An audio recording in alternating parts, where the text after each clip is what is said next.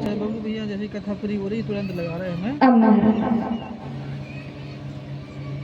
जब वो सर आसानी से मसलता गया तो उसको शक हुआ कि ये पांडव तो नहीं हो सकते।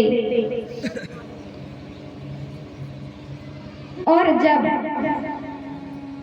अश्वत्थामा से कहा कि मित्र आपसे गलती हो गई है, अश्वत्थामा ने कहा मित्र क्या गलती हो गई? बोले तुम ये पांडव के सर नहीं है, ये पांडव पुत्रों के शीश हैं। ये तुमने क्या कर दिया? हमारे वंश में एक यही तो बचे थे,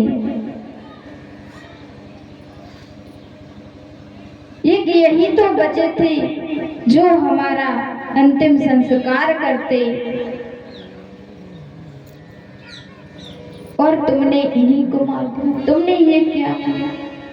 तब अश्वत्थामा ने कहा कि आपको कैसे पता कि ये पांडव पुत्रों के शीश हैं? तो दुर्योधन कहता है कि मित्र जब मैं भीम के शीश पर प्रहार करता था तो उसके शीश से चिंगारी निकलती थी, जब मैं गदा का प्रहार करता था तो चिंगारी निकलती थी, और भीम का शीश इतना कमजोर नहीं है जो आराम से मसल दिया जाए।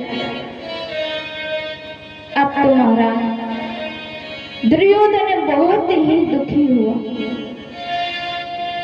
कि हमारे मरने के बाद एक यही तो बचे थे, तुमने हमारा वंश ही नष्ट कर दिया।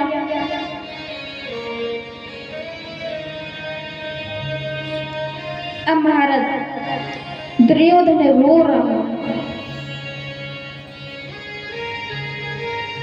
कि मेरा तो पूरा वंश ही नष्ट हो गया। मैं तो यही चाहता था कि पांडव मारे जाएं, पर इन पुत्रों ने मेरा क्या बिगाड़ा था। और महाराज दुर्योधन का प्राणांत हो गया।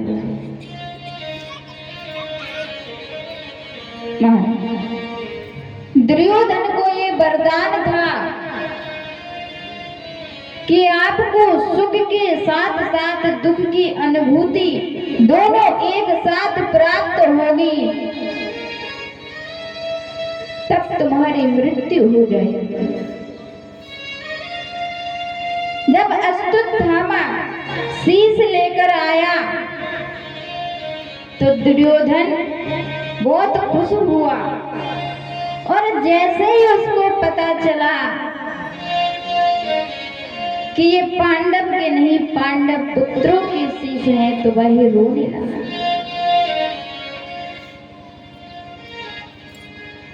और जब सुख और दुख की अनुभूति एक साथ प्राप्त हुई तो दुर्योधन ने अपने प्राण त्याग दिए। अब महाराज सुबह हुई और द्रौपदी ने शिविर में जा कर देखा कि मेरे पुत्र अभी तक सो रहे हैं, और द्रौपदी जी जब शिविर में गई अपने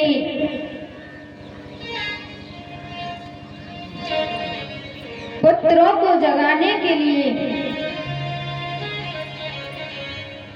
तो उन्होंने क्या देखा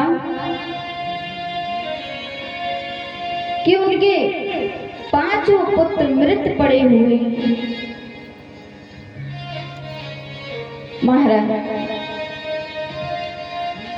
जिस मां के पुत्र पांचों के पांच मृत पड़े हों, उस मां पर क्या बीत रही होगी।